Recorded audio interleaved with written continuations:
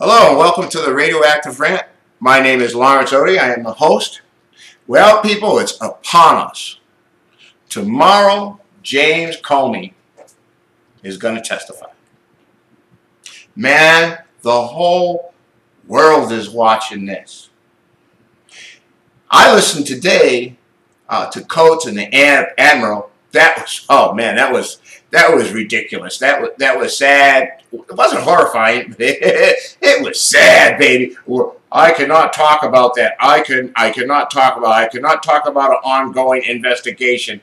And some of the questions, so you really can't even tell us if Trump asked you to intervene? Oh, I can't talk about that. They took the fifth without taking the fifth. I had never seen it before. And, well, we're going to see tomorrow. But, I guess the crux of my story is that my problem is that when I saw this, when Trump got elected, and I didn't sit there, I can't believe it. Yeah, I woke up the next day like most of us, but, as a black man, I can't afford to just sit there and say, oh, well, going on vacation.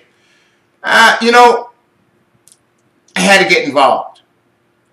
And, my way of getting involved is, maybe talking about the subject and talking about what's going to happen tomorrow. And tomorrow is going to be watched, baby. I'm going to tell you how much is going to be watched. It's going to be watched so much that regular television programming will be preempted. Can you feel me? Now, I got to move on for a minute. I'm on the same subject, but I got to move on. In 1972, I was becoming of age. 1972 is Watergate. Okay, yeah, I knew something was going on. Also, 1972, 65, 72, between that's civil rights. Okay, I'm a young person. I don't know what's going on. All right, and most of the people I know, except for people that aren't here anymore, they knew what was going on. They saw what was going on. It's time for good, informed American citizens to stand up at this point in time. So I look to rally people on the Facebook, my small group of friends on the Facebook, and some of them indeed said they would be there, or they are there, we're all in it together. Bullshit! Bull fucking shit. Okay? People are sitting there and letting everybody else do the heavy lifting and acting as though they don't have a care in the world until they come after your Medicaid, your Social Security, or they affect little Johnny next door because little Johnny had to shoot himself full of fucking heroin and overdosed on your front porch. Now they care about some shit. You see how it goes? No, we're not in this all together. What do you mean, we white man? We're not in this all together. And look, I'm not talking about all white folk out there. All right? I ran into some pretty good people on Facebook, okay, that are with it, following along. I even met a person the other day who asked, can anybody tell me of more news sources? Hell, I give somebody some shit, some goddamn stuff to look at. I can't even get a fucking response. What the fuck is wrong with you people? For real. Now, maybe you had your own thing to be involved in. But I'm thinking, how much does it take to say, like that, Larry? That was great. Thank you. Thanks. Good looking out. We'll follow up. Takes nothing. So, what I'm looking forward to, and this is exactly what's going to happen. We're going to go through these hearings tomorrow. Oh man, I'm going to be right there, the whole world. But now everybody's watching. Now everybody's paying attention. People want to know. It'll be all in the headlines. It's going to be the talk of the town. You feel me? It's going to be out there now. Now people are going to come to the rallying cause. But what happened to them previously, before tomorrow and today? Well, their heads got mentally readjusted and said, hey, I'm going fishing. Look at me. I'm over here doing this. Look at me. And from all points of view that I can see, what's going on in America, in American democracy, was completely absent. That's what I'm saying. Act like if a Martian came down from the sky and looked at some of you people on the Facebook, they think, well, everything is happy-go-lucky, all is well. When in fact, we sit on the precipice of disaster for American democracy. Okay? No, I'm looking at you people. Now, this is what's going to happen. There will be an impeachment. There will be trials. We will write this. There will be a political realignment. The Democratic Party will wake up, and people will come out and vote in 2017 and 2018. Hopefully we can get rid of the trumpeter. and his cabal of lying cohorts, lying, stealing, thieving cohorts. We can get rid of them, the whole lot of them, and we could start anew. And America has always been great. We have to make it great again. No, you know what, Trump, and I digress here, but you know what Trump is talking about? Trump's talking about going back and leave it to Beaver days. That's what Trump is talking about. Going back to motherfucking Harriet, and what's that other dude? Ozzie and Harriet. That's what he's talking about. That's what he's going back to. And, you know, I'm not really concerned with that, because if you check, white folks, go back and look, you don't see anybody like me on the TV. I was never in Leave It to Beaver. I was never in Ozzie and Harriet. Hell, I barely made it to goddamn Happy Days. You feel me? Where Trump and his people, his trumpeters taking America back again, where they want to go is to a place that was not kind to me or my parents, my brother, my sister, or anybody that looks like me. No, you are more likely to find me in a jail with a bullet in my head or hanging from a fucking noose. Go listen to Billie Holiday's Strange Fruit, okay? Just do me a favor. Go listen to that. So that's where they want to go back to. But, you know, back to Make America Great Again. No, America was always great. It took this asshole to come along and have people realize that, oh, we're fucked. And I'll tell you something. Even the people that voted for him are now realizing ain't no cold job coming back.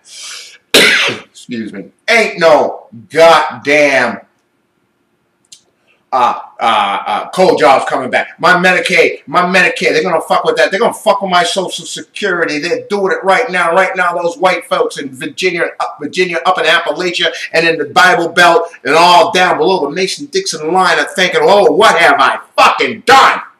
I'll tell you what you did. You voted with your goddamn skin, the color of your skin. That's what you did. You voted with the color of your skin, and now you're finding out Trump don't give a damn about your color of your skin. He don't care about that. Trump cares about Trump and his people.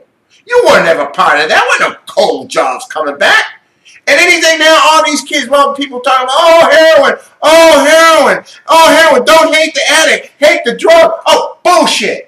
Okay? This dude is going to cut funding for that. Meanwhile, saying, oh, I care about, we gonna help everybody. I'm going to get it. I'll tell you that. Believe me that. Believe you. We're going to get everybody right again. We're going to take care of this opioid scourge, and he's not going to do anything. He's proving it. Because while he's saying that, he's going around cutting everything from the budget.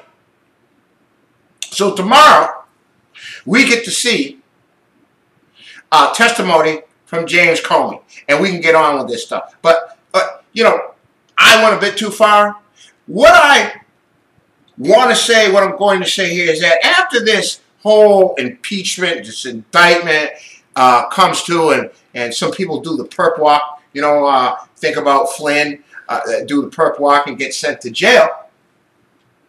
At that point, people are going to come out in come out of the woodwork carrying the rallying flag. We were there, but you know, I know you weren't. Go back and check your timeline, see how you're involved. Now, hey, look, see how much you were involved. Okay? Now, you know, to be fair, yeah, you all got fucked. I mean, you didn't know which way it was going. You didn't know what left, right, up, and down. You just knew how to get on a plane, go on vacation. That's what you know how to do. Go on vacation. Leave it alone. It will all be right. It will work itself out. If any of that I say, anything that I said doesn't come true, if we don't get rid of this trumpeter and this cabal, he'll be coming after you. If you do not own a Learjet or a fleet of Learjets, you do not own a yacht, you are not the 1%. It's coming after you, and you know what? I will not sympathize for you. None of you. You all sat there and let everybody else do the heavy lifting. You let 86-year-old grandmothers get out there and take pepper spray to the face. You let people be shot and murdered. You sat there while white supremacists were hanging nooses. And hanging nooses from the African American Museum at the Smithsonian. You stood there and stood by while they were painting swastikas. on the synagogues. And you did. But you're going to hop right on the train, aren't you? You're going to ride the bandwagon. When the rest of us, good American citizens, get what we've worked for. And I'm talking about not necessarily me. I'm talking about those people that got out in the street, that went to the rallies and went to the protests and got arrested while you were sitting there on your fat fucking asses saying that you were involved. You're not involved. Not one of you wrote a letter. Not one of you made a fucking phone call, and life is good, isn't it?